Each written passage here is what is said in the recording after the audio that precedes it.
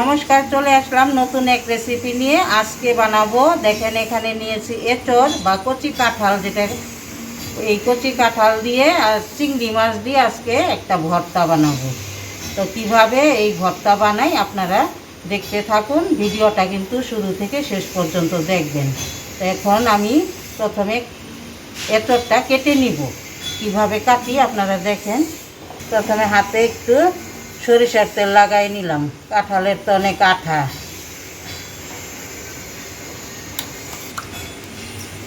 বটি তো একটু তেল মালিশ করে নিই।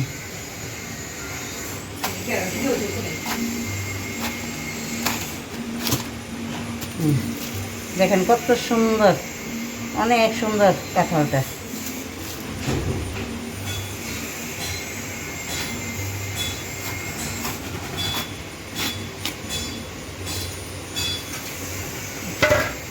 এরকম করে কেটে কেটে পানিতে ডুবাই রাখবো, তাহলে আর কষ থাকবে না, কষ সব চলে যাবে। পরের খোসাটা ফেলে দিয়ে নিব।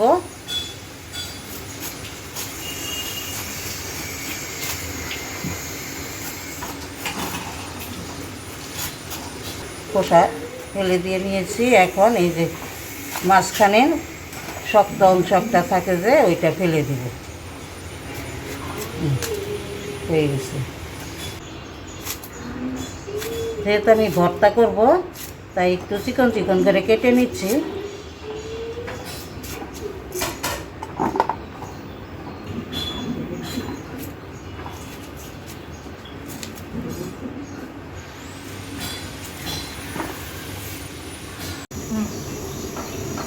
কাঁঠাল একদম কেটে কুটে রেডি করে নিয়ে চলে আসলাম।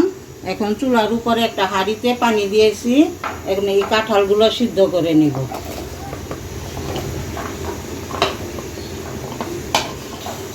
এই কাঁঠালের সাথে দিয়ে দিই চিংড়ি মাছ,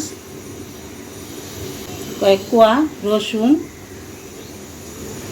হলুদ গুঁড়া, লবণ,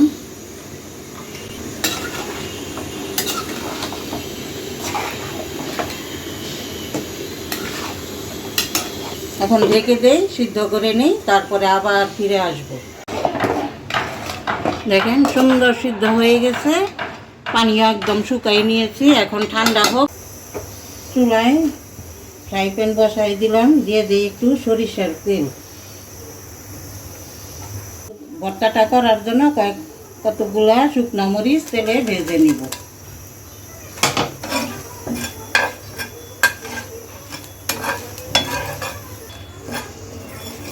মরিচ ভেজে নিয়েছি, উঠাই নিই।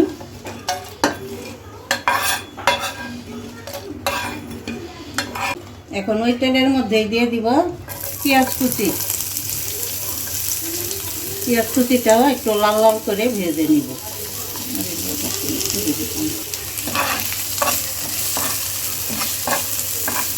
একটু লাল লাল করে ভেজে নিব। সামান্য একটু লবণ দিয়ে দিলাম।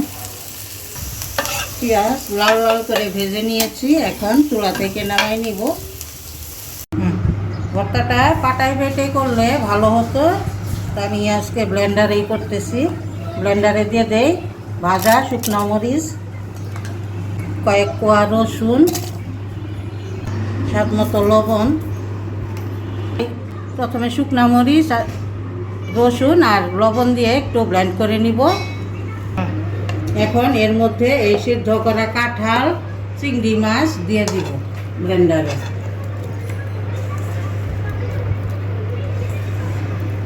ব্লেন্ড করে নিয়েছি, এখন এই ভেজে রাখা পেঁয়াজগুলো সাথে দিয়ে দিব।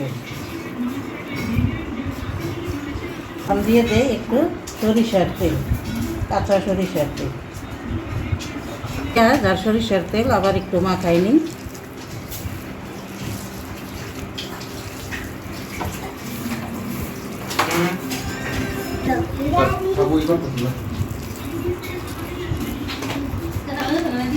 হয়ে গেছে এঁচড় চিংড়ি দিয়ে মজাদার একটা ভর্তা। মানে না খাইলে আপনারা বুঝতে পারবেন না যে কতটা মজার ভর্তা হয় এঁচড়ের। তো আপনারা চাইলে এইভাবে বানিয়ে খাবেন। আমি চিংড়ি মাছ দিয়ে করেছি, ব্লেন্ডারে দিয়ে করেছি, আপনারা পাটায় বেটে করবেন বা হাতে ডলেও আপনারা করে খেতে পারবেন। তো আজকের মতো আমি ভিডিও এখানে শেষ করছি। আমার এই ভর্তার ভিডিও যদি আপনাদের ভালো লাগে তাহলে অবশ্যই বেশি বেশি লাইক, কমেন্ট এবং শেয়ার করবেন। সবাইকে ধন্যবাদ।